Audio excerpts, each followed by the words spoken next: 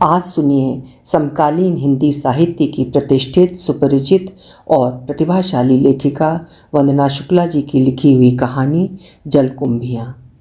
वंदना शुक्ल जी की लिखी कहानियाँ पाठकों और श्रोताओं को अंत तक मंत्रमुग्ध किए रहती है। प्रस्तुत है कहानी मेरी जुबानी। मैं हूँ सीमा सिंह। जान चाहिए सबकी या अपनी मर्जी, सोच ले। बूढ़े पिताजी ने आखिरकार बहस में हार मानते हुए मुझ तक अपना अंतिम डर सरका दिया, जो हालांकि मुझसे संबंधित था पर खाए उन्हें जा रहा था, और खाट पर बैठे उंगलियों को एक दूसरे में उलझाए जमीन की ओर देखते रहे। ये मेरी ज़िंदगी का सवाल है बाबूजी। मेरे लिए क्या अच्छा है क्या बुरा मैं अच्छी तरह जानता हूँ। मैंने उनकी बात की नामंजूरी पर अपनी मोहर लगा दी और रोटी का आखिरी गस्सा मुंह में दे दिया। बाबूजी और बुझ गए। कुछ देर चुप्पी के अंधेरे में भटकते रहे, फिर बोलने लगे। जाने किससे अपना पेट काट कर पढ़ाया लिखाया इन्हें। सोचा था 2 किताब पढ़ जाएंगे तो थोड़ी दुनियादारी समझेंगे, अपना और घर का भला बुरा पहचानेंगे, पर एक रोटी और ले ले। बुझी हुई सी माँ ने रोटी कटोरदान में से देते हुए बहुत धीरे, लगभग इशारे से कहा, नहीं अब बस हो गया। मैंने थाली के ऊपर हाथ रखकर मना कर दिया। पिताजी अब भी शून्य में देख रहे थे। बोले, जब हमारे पिताजी यानी तुम्हारे दादाजी ने ब्याह पक्का किया तुम्हारा, तब दुनिया आगे कैसी होगी ये सोचने का चलन नहीं था। ये बदलेगी ये तो सपने में भी नहीं आते थे किसी को। शादी ब्याह भी खेल तमाशा लगता था। वो ज़मीन पर देखते रहे, मानो कुछ यादें बिखरी पड़ी हैं वहाँ जो आंखों से बटोर रहे हों। तुम 14 के थे और दुल्हन 5-6 बरस की जब हमारे पिताजी और उसके ताऊजी जो मित्र थे ने शादी की रस्म कर दी थी। तब ये फैसला घर के बुज़ुर्गों का होता था। हम तो सिर्फ तुम्हारे माता पिता होने के नाते नेक चार कर पाए थे, इतना ही हक था हमें। बाबूजी की आवाज़ में तिरस्कार और लाचारी थी। वो फिर यादों की नदी में उतरने लगे। मैंने दूसरा जूता भी पैर में डाला और बंद बांधने लगा। तब बाबूजी बता रहे थे, उन लोगों ने 5 बीघा ज़मीन देकर रोक भी दिया था तुम्हें। अब रिश्ता पक्के करने वाले तो रहे नहीं, पर अब दुल्हन के घर वाले गौने की जिद पकड़े बैठे हैं कि लड़की 18 की हो गई है, विदा करा के ले जाओ। आप लोग जानो बाबूजी, मैं अपना निर्णय सुना चुका हूँ। मैंने नरदाह पे हाथ धोते हुए कहा, मैं शहर में पला बढ़ा और पढ़ा लिखा, अच्छी नौकरी में लगा। अब आप लोग चाहते हो किसी गाँव खेड़े की बेपढ़ लड़की से शादी करूँ, सिर्फ इसलिए कि उन लोगों ने बचपन में हमारी शादी करके अपनी दोस्ती निभाई थी। बेपढ़ नहीं है वो, 9वीं कक्षा की परीक्षा दी है उसने। सुना है होशियार है पढ़ने में। अभी उम्र ही क्या है उसकी, हम यहाँ पढ़ा लेंगे, एक बार देख तो लो। बाबूजी की समझाइश को ऊहापोह के भवन में छोड़कर मैं बाहर निकल आया। वैसे भी घर में ये दृश्य और बातचीत अब उकताहट की हद तक आम हो गए थे। मैंने मोटरसाइकिल उठाई और लेक की ओर चल दिया। स्वाति बोट क्लब के लॉन में मेरी प्रतीक्षा कर रही थी। स्वाति हम उम्र थी और हमारी दोस्ती लगभग 5 साल पुरानी थी जब हम कॉलेज में साथ पढ़ते थे। अब हम दोनों इसी शहर में नौकरी करते थे। वो टीचर थी और मैं एक सरकारी विभाग में उच्च श्रेणी लिपिक। हमारा मिलना कल फ़ोन पर तय हो चुका था, ये भी कि वीकेंड पर बोटिंग करेंगे और समय रहा तो मूवी भी देखेंगे। मैंने दूर से देख लिया उसे। वो बार बार घड़ी देख रही थी और परेशान सी इधर से उधर टहल रही थी। पार्किंग में बाइक खड़ी करके मैं उसके पास पहुंचा तो उसने पूरा गुस्सा मुझ पर उड़ेल दिया। पूरे आधा घंटा लेट हैं आप मिस्टर। यहाँ का माहौल देखा है? सब लोग मुझे अजीब निगाहों से देख रहे थे। अरे तो क्या हुआ, हो जाता है कभी कभी ऐसा भी। ये नहीं पूछोगी कि क्यों लेट हुआ? नो, कोई ज़रूरत नहीं है, उसने गुस्से से दूसरी ओर मुँह फेरते हुए कहा। अरे सुनो तो। मैंने प्यार से स्वाति का हाथ पकड़कर वहाँ बिछी एक बेंच पर बिठा लिया। वो गुस्से में दूसरी तरफ देखने लगी। मैंने स्वाति को पूरी घटना विस्तार से बताई। पहले तो वो पूरा वाकया सुनकर अचंभित रह गई, फिर बोली, तो फिर छोड़ो ना पेरेंट्स को, जब वो हमारी बात नहीं सुन रहे हैं तो हम क्यों सुने। उसकी दृढ़ता में एक हिकारत या लापरवाही थी। नहीं, गलती अम्मा बाबूजी की नहीं है, वो तो बहुत एडजस्टिंग है। मैंने कहा, ये सब किया धरा तो दादाजी का है, जो खुद तो चले गए, पीछे ये सुतंगा छोड़ गए हैं। अम्मा बाबूजी तो ये भी नहीं जानते कि अब वो लोग कहाँ रह रहे हैं, बस उनके फ़ोन आते रहते हैं। माई डियर, ये कोर्ट वकील धाराएं सब किसके लिए हैं? किस ज़माने में रह रहे हो तुम लोग? तुम्हारे बचपन में तुम्हारी शादी कर दी गई जब तुम इस शब्द का अर्थ तक नहीं जानते थे। अब तुम पर दबाव डाला जा रहा है साथ रहने का, उसके साथ जिसे तुम जानते तक नहीं। तमाशा बना कर रख दिया संबंधों का तुम्हारे पेरेंट्स ने। रिश्ते कोई मजाक होते हैं क्या? और वैसे भी यदि तुम मुझसे इस मामले में कोई एडवाइस लेने के मूड में हो तो ये तुम्हारे घर का मसला है, इसे तुम लोगों को ही सुलझाना है। स्वाति ने दो टूक फैसला सुना दिया। अम्मा बाबूजी मेरी जिम्मेदारी हैं, उन्हें बहुत चाहता हूँ मैं, उन्हें दुखी नहीं देखना चाहता। सच ये भी है कि इमोशनली मैं तुम पर भी बहुत डिपेंड हो गया हूँ। स्वाति, सचमुच तुम्हारे बिना रहने की कल्पना करना मुश्किल है। मैं भावुक हो गया। बस ये इमोशन विमोशन बहुत घिसी पिटी बातें हो गईं। स्वाति ने स्पष्ट शब्दों में मेरी भावनाओं को किनारे कर दिया। तुम क्या चाहते हो? उसने पूछा। सिर्फ तुम। मेरी दुनिया तुमसे ही पूरी होती है। या कहो कि मैं तुम्हारे बिना अधूरा हूँ। कल्पना नहीं कर सकता यार तुम्हारे बिना रहने की। स्वाति मौन खड़ी मेरी ओर देखकर मुस्कुरा रही थी, जैसे किसी शिकार को जाल में छटपटाता देख शिकारी दूर खड़ा मुस्कुरा रहा हो। वो कुछ देर चुप रही, फिर बोली, हम कहीं बाहर चलते हैं, वहीं शादी कर लेंगे, मंदिर में या कोर्ट मैरिज। पागल हो क्या? मैंने कहा। रिटायर्ड पिता और गांव में पली बढ़ी सीधी सादी माँ को इस स्थिति में अकेला छोड़कर भाग जाऊं? अरे तो फिर चारा क्या है? ये गलती तो तुम्हारे फादर की ही है ना। अब तो 25-26 बरस के हो गए हो तुम, क्यों बढ़ने दी खाज इतनी? शहर में रहते हो, किसी अच्छे वकील या किसी रिश्तेदार की मदद से मामला पहले ही सुलझा लेना था। मैं निरुत्तर था। स्वाति बेहद खूबसूरत लगती थी मुझे, जितनी थी नहीं शायद उससे कहीं ज़्यादा। प्यार भला ही ऐसी है। वो मेरी ज़िंदगी का पहला प्यार थी, जिसे मैंने अपनी ओर से अंतिम भी मान लिया था। वो बड़े बाप की इकलौती बेटी थी। ये दो गुण हर जिद और बदतमीज़ी करने की छूट देते थे उसे। फिर भी ना जाने क्यों मैं एक अंधविश्वास की हद तक उसके प्यार की गिरफ्त में था। अरे हाँ, तुम्हें पापा ने बुलाया है, मिलना चाहते हैं तुमसे। उसने अचानक बात की दिशा मोड़ दी। लेकिन अभी तो मैं इन पचड़ों में ही फंसा हूँ, कैसे मिल सकता हूँ? वो तुम्हारे परिवार की प्रॉब्लम है। पापा बहुत बिजी रहते हैं। मैंने तुमसे बिना पूछे उन्हें कल का टाइम दे दिया है। लेकिन कल मैं नहीं आ सकता, मुझे ऑफिस के काम से पलसाना जाना है। वेरी फनी, उसने व्यंग से कहा। क्यों तुम्हारी बातों में आ जाती हूँ मैं यार? एक नंबर के धोखेबाज और डरपोक हो तुम, समझे? वो जोर से बोली। शब्दों पर थोड़ा ध्यान दो। तुम अच्छी खासी एजुकेटेड लड़की हो और एक बड़े प्रोफेसर की बेटी। ये शब्द पढ़ी लिखी और प्रोफेसर की बेटी के मन नहीं होता क्या? शब्द तो मन के ही जज्बात होते हैं। और मत समझाओ मुझे प्लीज़।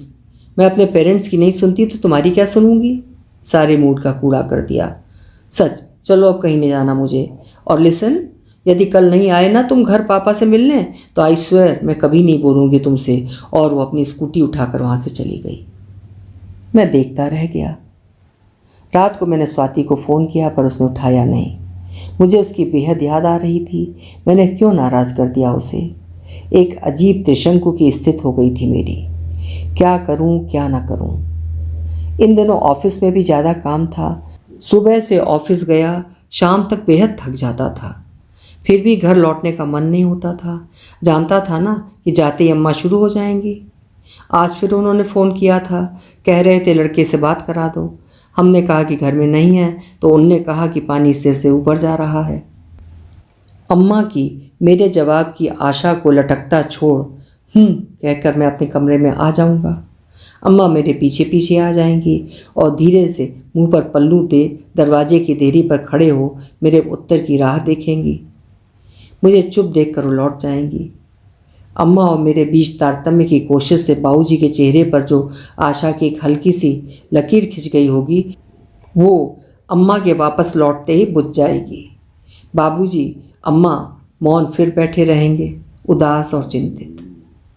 मुझे शाम की बस से पलसाना जाना था। चलो ऑफिशियल टूर के अगले 2-4 दिनों में तो इन सब झमेलों से मुक्ति मिलेगी, मैंने सोचा। पलसाना जाने के दो रास्ते थे, एक नागरा होते हुए और दूसरा कोलसिया से, लेकिन मुझे तो नागरा वाले रूट से ही जाना था। मैं ये तय कर चुका था पहले ही। मैंने 2 पैंट 2 कमीज़ बैग में डाली, ऑफिशियल कुछ ज़रूरी कागजात लिए और बैग कंधे पर लटकाकर बस स्टैंड की दिशा में चल दिया, जो घर से कुछ दूरी पर ही था। बस आने में कुछ समय था। मैंने वहाँ से स्वाति को फ़ोन लगाया। घंटी जाती रही, कोई रिस्पॉन्स नहीं। बस आ गई थी हरियाणा परिवहन की।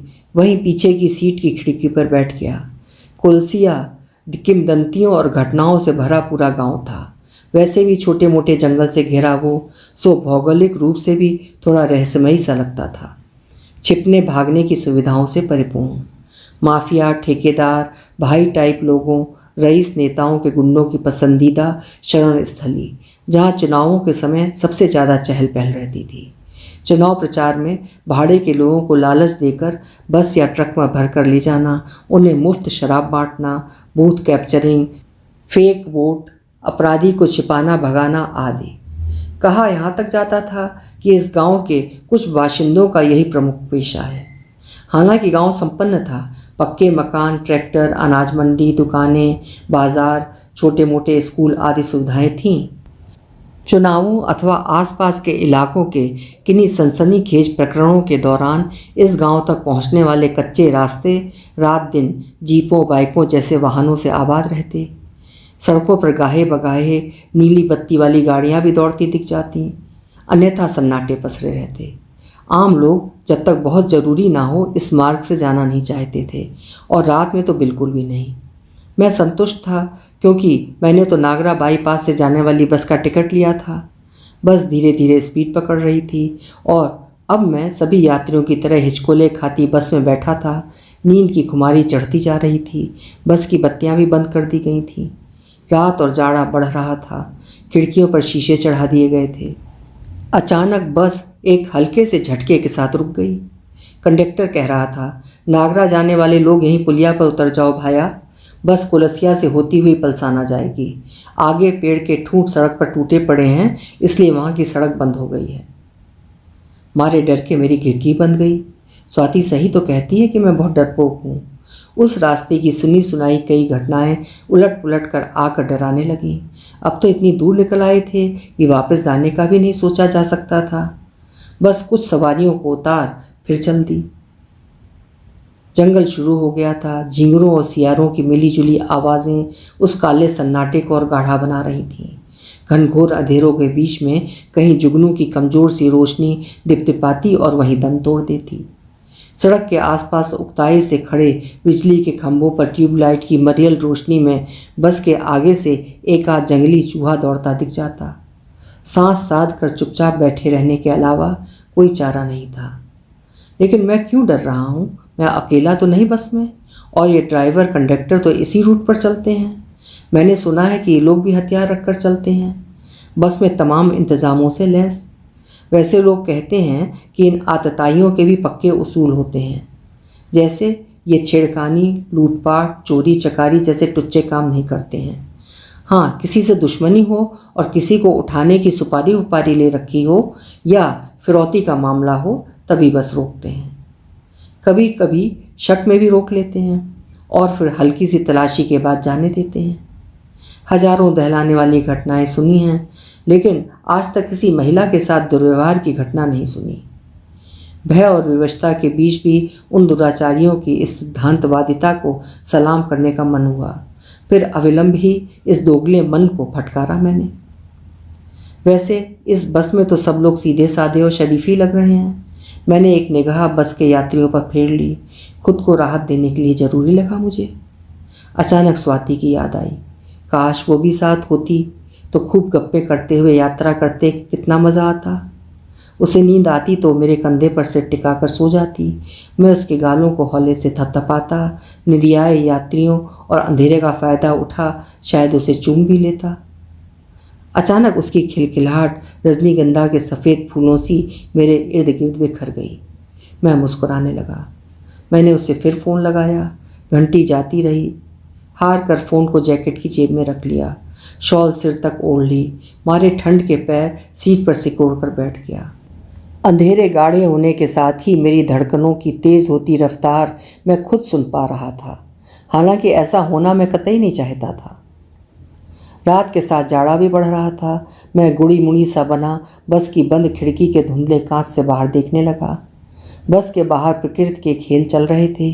घने जंगलों के अंधेरों के बीच कहीं चांदनी का एक आध टुकड़ा तितली की तरह उड़ता हुआ रफ्तार से चलती हुई बस की खिड़कियों को छूता और गुजर जाता। बाहर कोहरे के बादल उस टेढ़ी मेढ़ी सड़क पर बिंदास टहलकदमी कर रहे थे। चांदनी रात में घने पेड़ों ने पत्तियों के साए को मानो अपनी छाँव में ही बिछा लिया था। बस हिचकोले खाती धीरे धीरे बढ़ रही थी।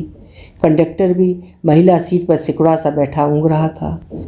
यात्रियों को निश्चिंतता से सोता देखने और तमाम कोशिशों के बावजूद मेरी नींद आंखों से गायब थी। मैं जानता था कि मेरी ये ढीठ नींद यहाँ से करीब 2-3 कोस दूर दिशा पत्थर पर सहमी सी बैठी होगी, जो कोलसिया क्षेत्र समाप्त होने की सूचना लेकर खड़ा होगा। बस के पुर्जों व इंजन के सिवा अन्य आवाज़ें शांत थीं। आगे कोई कच्ची सड़क थी जहाँ कुछ लोग खड़े थे बस की प्रतीक्षा में। कंबल ओढ़ रखा था उन्होंने। बस हिचकोले खाती हुई रुक गई। कंडक्टर हड़बड़ा कर उठ खड़ा हो गया। उसने बाहर झाँका और बस का दरवाज़ा खोल दिया।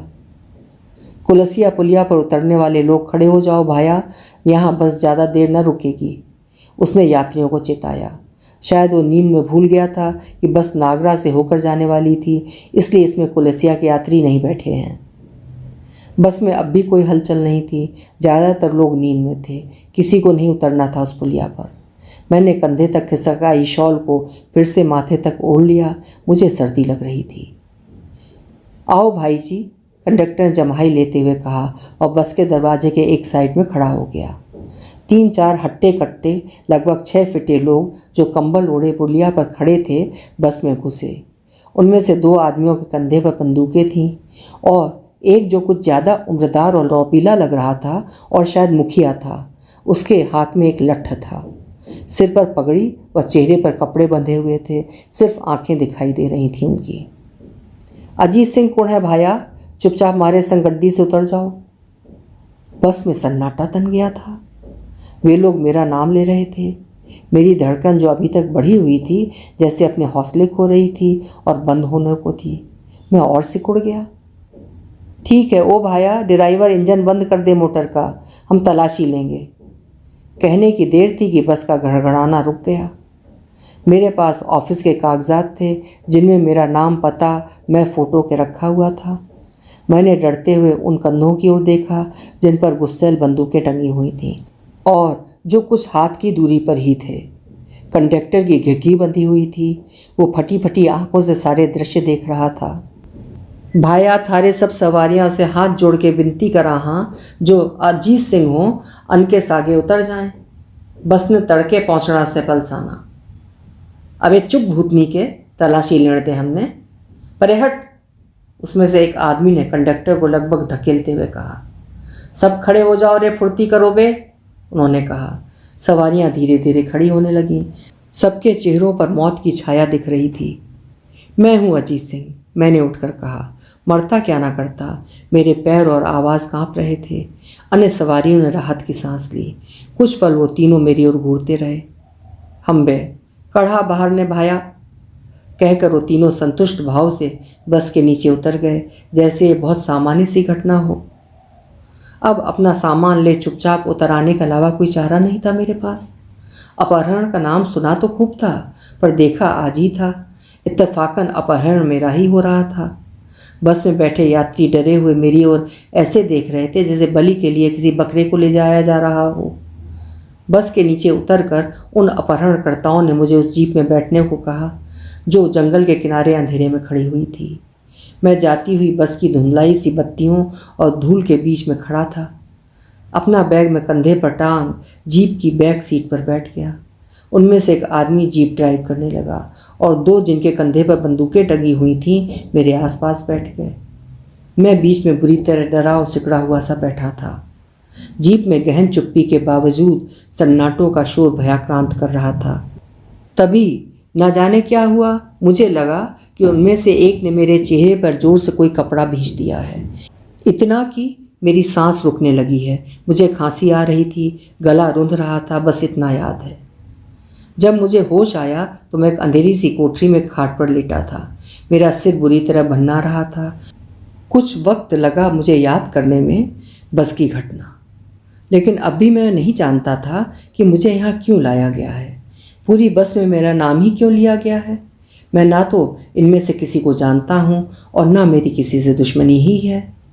मैं एक सरकारी दफ्तर का छोटा मोटा कर्मचारी हूँ, किसी धन्ना सेठ की औलाद भी नहीं हूँ। मेरे पिता तो बैंक के गार्ड की छोटी सी नौकरी से रिटायर हुए हैं। जरूर कोई भ्रम हो गया इन लोगों को, पर पूछूं भी तो किससे। मैंने खाट से उठना चाहा।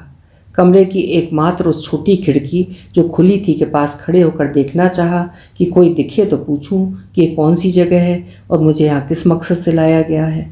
आज मुझे पलसाना में रिपोर्ट भी करना था, लेकिन मुझे उठने में अब भी चक्कर आ रहे थे। तभी बाहर खटखटाहट हुई।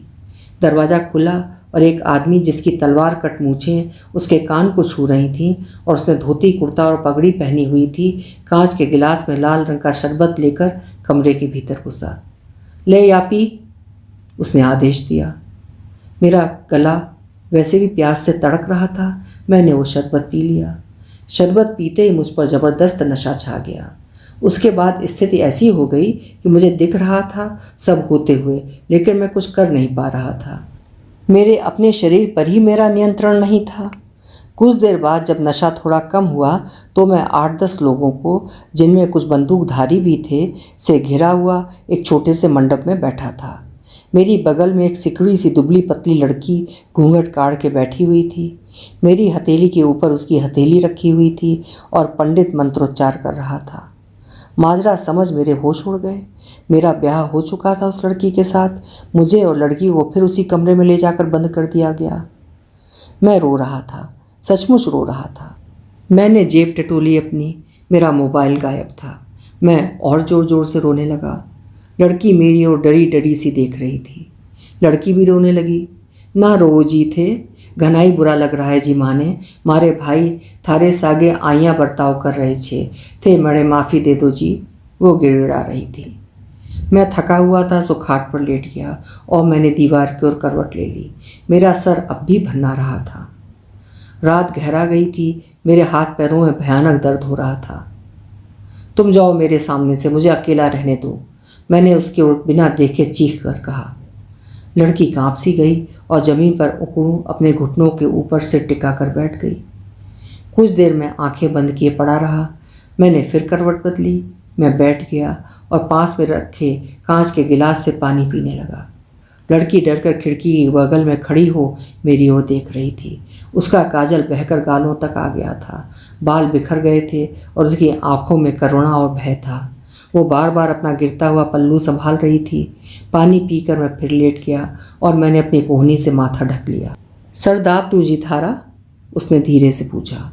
चुप रहो, ये सब तुम्हारे कारण हुआ है, मैं चीखा। कोई ज़बरदस्ती है क्या? बेहोशी में ब्याह करके कमरे में बंद करके कोई शादी हो जाती है क्या? मैंने मुड़कर उसकी ओर देखते हुए कहा। उसने सलमे सितारों से भरी लाल रंग की साड़ी पहन रखी थी जो अंधेरे में चमचम कर रही थी। गाढ़ी मांग और हाथ मेहंदी और चूड़ियों से सजे थे। उसकी आंखों में भी डर भरा हुआ था। कमरे में बहुत कम रोशनी थी। उसका चेहरा अस्पष्ट था। हाँ जी, सही कहो थे, पर थे कोनी जानो, हमारे बाप भाई चाचा ने हत्यारे हैं जी सब। आपकी फिक्र है मुझे, सच कहूँ जी। कहती कहती वो रुआसी हो गई। वह अपराध बोध से गड़ी जा रही थी। मुझे कब नींद आ गई पता ही नहीं चला।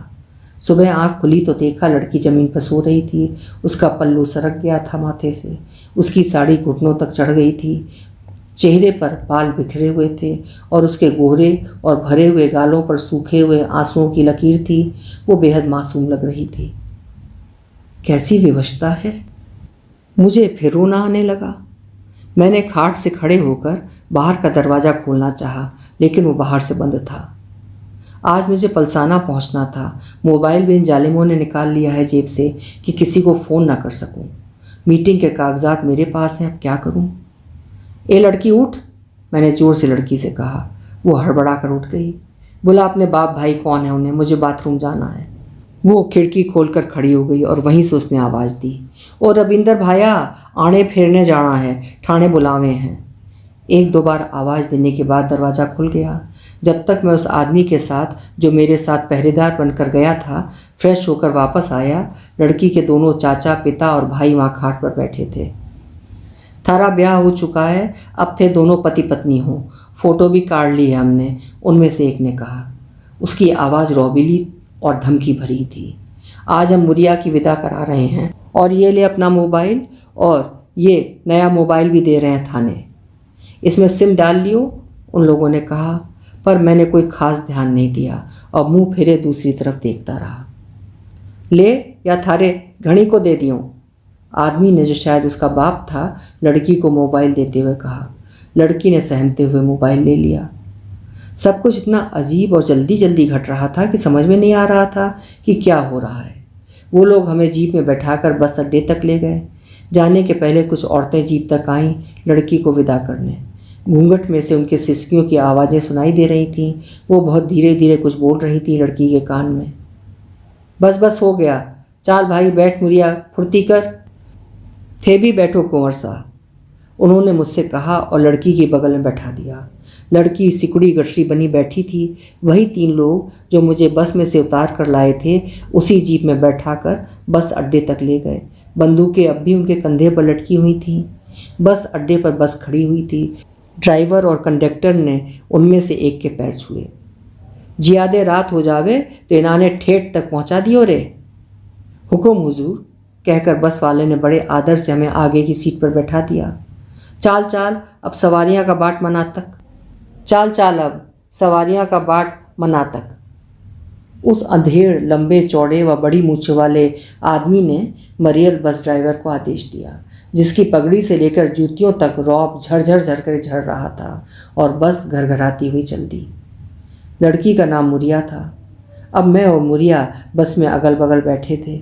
मैंने नफ़रत से उसकी ओर से मुंह फेर रखा था और वो एक गाय की तरह बैठी थी चुपचाप। तभी फ़ोन की घंटी बजी। स्वाति का फ़ोन था। सॉरी डार्लिंग, मैं बिज़ी थी, तुम्हारा फ़ोन पिक नहीं कर पाई, मैंने कहा। वो बहुत खुश दिख रही थी। सुनो, पापा राजी हो गए हमारी शादी करने को। I have convinced him, he wants to meet you. कब कह दूँ? तुम कब लौटोगे पलसाना से? मैंने जानबूझकर मोबाइल का स्पीकर ऑन कर दिया था ताकि मुरिया सब सुन ले। लौट ही रहा हूँ डार्लिंग, बस में हूँ। गुड, कब मिलोगे पापा से? वो बेहद उत्साहित थी।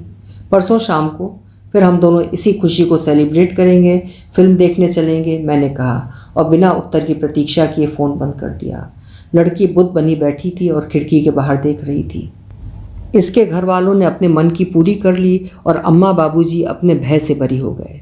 अब संभालो अपनी बहू को, तरसा दूंगा इसे। ना अकल ठिकाने लगा दी तो देख लेना। अब देखता हूँ इसके भाई बाप क्या करते हैं। कानून नाम की कोई चीज़ भी तो होती है। मैं सोच रहा था, सोच तो वो भी कुछ रही होगी, शायद मन ही मन अपनी जीत का जश्न बना रही होगी। मैं और जल भुन गया। बस जब नवलगढ़ पहुंची तब शाम हो रही थी। घर में अम्मा बाबूजी परेशान थे, ना फ़ोन लग रहा था और कल यहाँ पहुंचना था तो पहुंचा भी नहीं। गया अकेला था ऑफिस के काम से और आया हूँ एक लड़की के साथ जो उनकी बहू है। उन्हें सब कुछ एक पहेली सा लग रहा था। वो आश्चर्य से कभी मुझे और कभी मुरिया को देख रहे थे। मुरिया ने घूंघट ओढ़ रखा था और अम्मा बाबूजी के पैर पड़े। बाबूजी को माजरा को समझ में नहीं आ रहा था। हालांकि वो चकित और थोड़ा डरे हुए थे, लेकिन बाद में एक निश्चिंतता का भाव उनके चेहरे पर आ गया जो काफ़ी दिनों से गायब था। मुझे आंतरिक खुशी हुई उन्हें संतृप्त देखकर, पर मैं कल की घटना से बहुत चिढ़ा हुआ था और नाराज़ था। अम्मा, इसकी शक्ल ना दिखे मुझे, कह दिया है मैंने तुमसे, और ये भी जान लो कि मैं उसके दबंग बाहुबली घर वालों से डरा कतई नहीं हूँ। मैंने इतने ज़ोर से कहा कि लड़की सुन ले। कल मैं वकील से मिलूँगा बाबूजी, मैंने कहा और अपने कमरे में चला गया।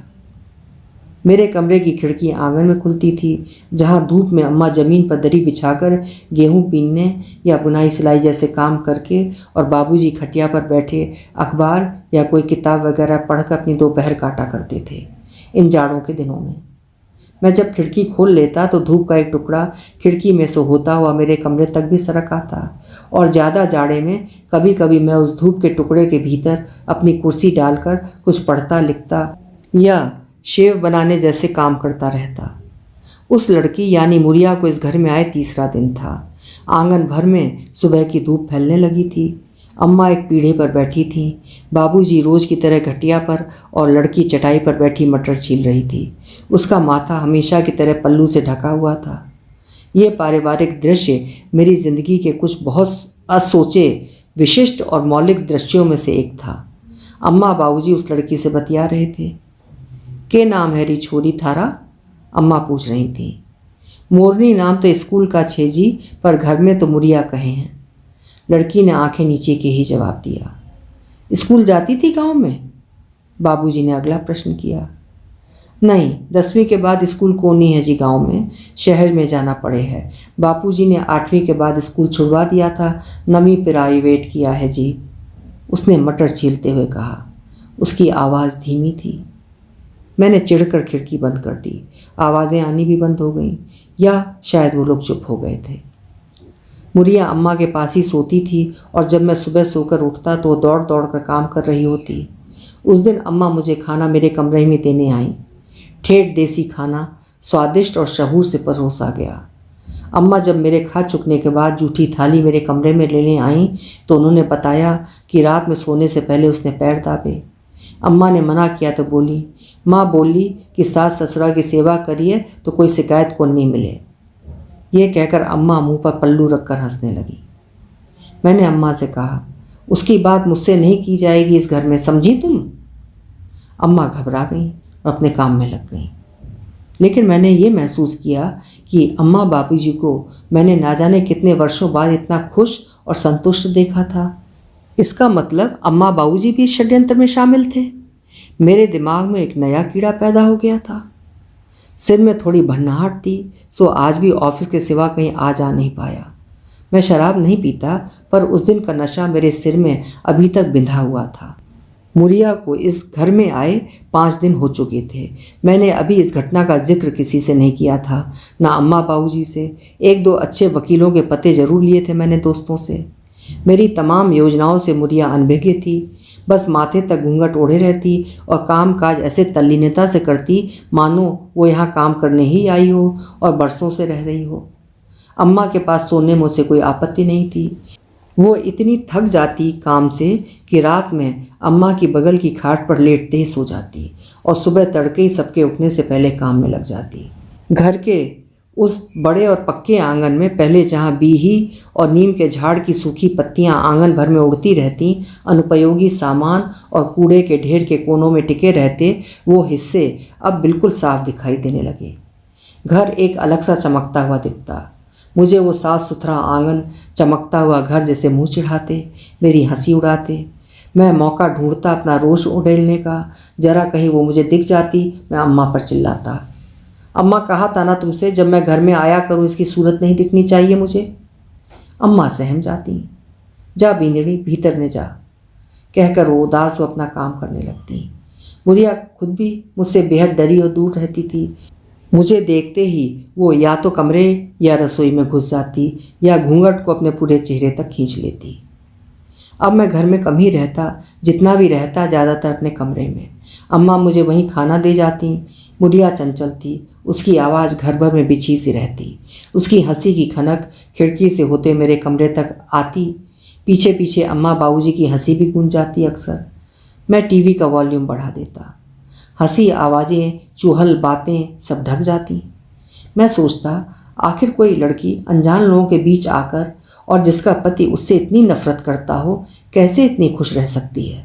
मुझे आश्चर्य होता, किस मिट्टी की बनी होती हैं गाँव की लड़कियाँ। ना जाने क्यों अब मुझे अपना घर ही अपना नहीं लगता था। सीधे साधे अम्मा बाबूजी उस लड़की के जादू में फंस रहे हैं मुझे लग रहा था। जिन लोगों ने उनके बेटे यानी मेरे साथ इतना बुरा बर्ताव किया, सब कुछ जानते हुए भी अम्मा बाबूजी उन आतंकियों की लड़कियों पर बलिहारी हुए जाते हैं, जबकि उन्हें कोर्ट कचहरी के मामले में मेरी मदद करनी चाहिए थी। और मैंने फैसला कर लिया कि अब मैं इस घर में नहीं रहूँगा।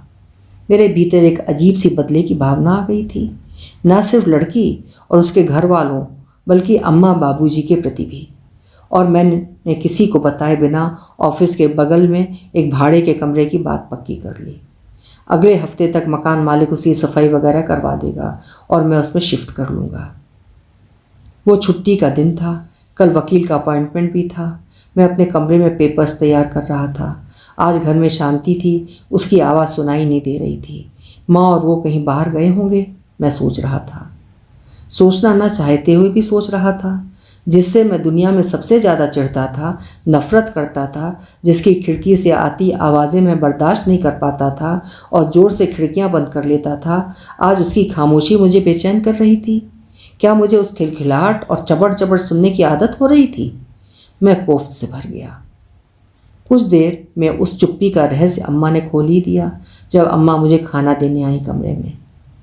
आज देर कर दी अम्मा खाना लाने में। अम्मा के हाथ से थाली लेते हुए कहा, आज हमने ही बनाई है रसोई। अम्मा ने कहा, क्यों, वो तुम्हारी चेली कहाँ गई? मैंने व्यंग किया। उसे बुखार है, कल से पड़ी है बेसुध। अम्मा बताते हुए उदास थी। जब वो मेरी जूठी थाली लेने आई तो उन्होंने कहा, जाकर देख आना कमरे में, कोई दवा आवा देना हो तो। ये सब चोचले मुझसे नहीं होते, तुम्हारी बहू है, तीमारदारी तुम करो। मैं गुस्से में बौखला गया। माँ चली गई। फ़ोन की घंटी बज रही थी। स्वाति का फ़ोन था। अज्जू, कल शाम को आ जाना जरूर। देखो बहुत दिनों से टाल रहे हो। पापा ने घर में कंस्ट्रक्शन वर्क भी शुरू करा दिया है। हम दोनों के रूम में वो वुडन फ्लोर लगवा रहे हैं। लेकिन हम दोनों तो यहाँ रहेंगे ना, मेरे घर, मैंने कहा। वो कुछ देर चुप रही, फिर बोली, are you out of your mind? मैं इकलौती बेटी हूँ अपने पेरेंट्स की। मुझसे अलग रहना तो वो सोच भी नहीं सकते। और शहर तो एक ही है ना, आते जाते रहेंगे, तुम्हारे यहाँ भी। खैर आ जाना ज़रूर, बाय। और फ़ोन कट गया। अम्मा फिर आई। अज्जू, मुरिया बुखार से तप रही है रे, कोई दवा पड़ी हो घर में तो दे दे। तो तपने दो ना, ज़्यादा से ज़्यादा क्या होगा, मर जाएगी। मैं चीखा। हमने ज़िंदगी का ठेका ले रखा है क्या उसका? मुझे फालतू कामों के लिए टाइम नहीं है। लो पैसे और ले जाओ दवा खाने। मैंने अपना बटुआ खोला, लेकिन तब तक अम्मा जा चुकी थी। मैं फिर अपने काम में लग गया। अम्मा चली गई थी, लेकिन अम्मा को बुरा लगेगा जानता हूँ, कहेंगी कुछ नहीं। सोचा एक बार देख आता हूँ, कम से कम अम्मा को तो राहत मिलेगी। बाबूजी बहुत उदास से बरामदे में बैठे थे। जब मैं उसके कमरे में गया तो बुखार से लगभग अर्ध बेहोशी में थी। अम्मा उसके माथे पर पानी की पट्टियाँ रख रही थी। बुढ़िया के होठों पर पपड़ी जमी हुई थी। वह कुछ बुदबुदा रही थी। मैंने गौर से देखा, उसकी बंद आंखों के कोर पानी से भीगे हुए थे और बीच बीच में वो हिचकियाँ ले रही थी। उसके सिर पर पल्लू नहीं था। पूरा चेहरा आज पहली बार देखा था मैंने। मासूमियत सयानी खूबसूरती से कहीं ज़्यादा वफादार और सुंदर होती है, मैंने तभी जाना। और ये भी कि सौंदर्य दुनिया की किसी भी नफ़रत से ज़्यादा दयालु होता है। मैंने क्रोसीन अलमारी में से निकाली। अम्मा जो मेरे पीछे खड़ी देख रही थी, सब दौड़कर पानी का गिलास ले आई। मुरिया, मैंने उसके माथे पर हाथ रखा। उसका स्पर्श सपनों की तरह मुलायम था। उसने धीरे से आंखें झपकी, बिल्कुल बच्चों की तरह, और मेरे हाथ के ऊपर हाथ रख दिया। अपने हाथ पर उसके स्पर्श का गीलापन मैं महसूस कर रहा था। वापस गाँव ना भेजना जी, उस नरक में अब ना जाना। थे दूसरा ब्याह कर लो चाहे, थारी दासी बन के। आखिरी के शब्द गले में रुंध गए थे। आंसुओं की पतली सी धार पलकों की हदों को पार कर कनपटी को भिगो रही थी। वो गिड़गिड़ा रही थी। एक अजीब सा खौफ था उसकी आंखों में। मैं सोच रहा था कि ये लड़की वाकई डरी हुई है या आजकल की लड़कियों के सपने बदल गए हैं। ले दवा खा ले, मैंने उसे सहारा देकर उठाया। उसने बच्चों की तरह मेरे हाथ से गोली खाई और मेरी हथेली पर सिर रख कर लेट गई। मैंने अपना हाथ उसके सिर के नीचे से हटाना चाहा तो उसने मेरी कलाई पकड़ ली। उसके हाथ का कंपन मैं अपने दिल पर महसूस कर रहा था। उसकी आंखें बंद थीं और मेरी हथेली आंसुओं की गर्म बूंदों से भीग रही थी। उसकी गुनगुनी सांसें मेरी देह में यात्राएं कर रही थीं। अम्मा किवाड़ बंद करके जा चुकी थी।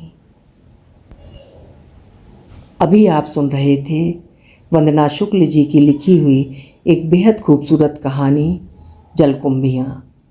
आशा है कहानी आपको ज़रूर पसंद आई होगी। इसी तरह की उत्कृष्ट कहानियाँ सुनने के लिए मेरे चैनल को सब्सक्राइब करें, लाइक करें और शेयर करें। धन्यवाद।